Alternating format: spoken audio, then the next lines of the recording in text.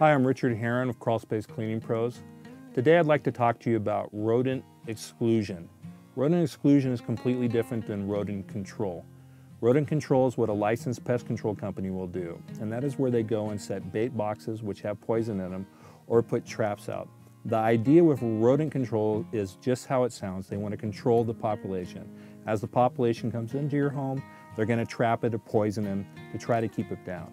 What we do is rodent exclusion, which is totally different. Our goal is to completely seal up your crawl space and attic so that the rats can't get back in.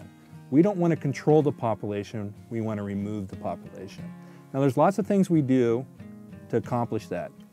First of all, there's 4 main areas that rodents get into. The first is through the screens, through a busted screen. A lot of time a cable company will poke a line through it and then the rats will have access that way. The access door is another area that they get into.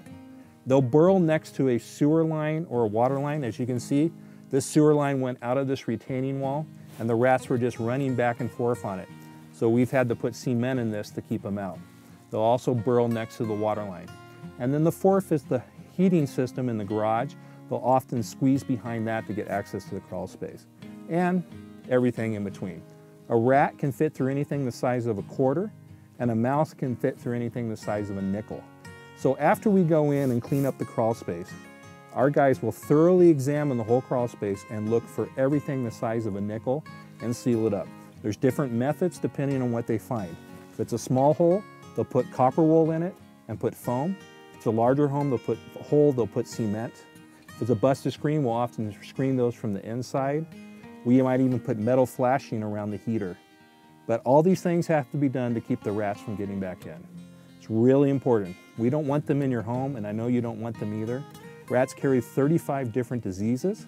4 of those can be transferred by air, and a lot of those can be transferred by the fleas and the mites on the rat. Especially if they've been baited and they die in the crawl space, you can get a horrible smell. But when they die, those fleas and mites have to find a new host, and that can often be you, your kids, or your pets. So give us a call. We can come out and give you a free evaluation, let you know what's going on with the rodents in your crawl space. We can handle any part of that.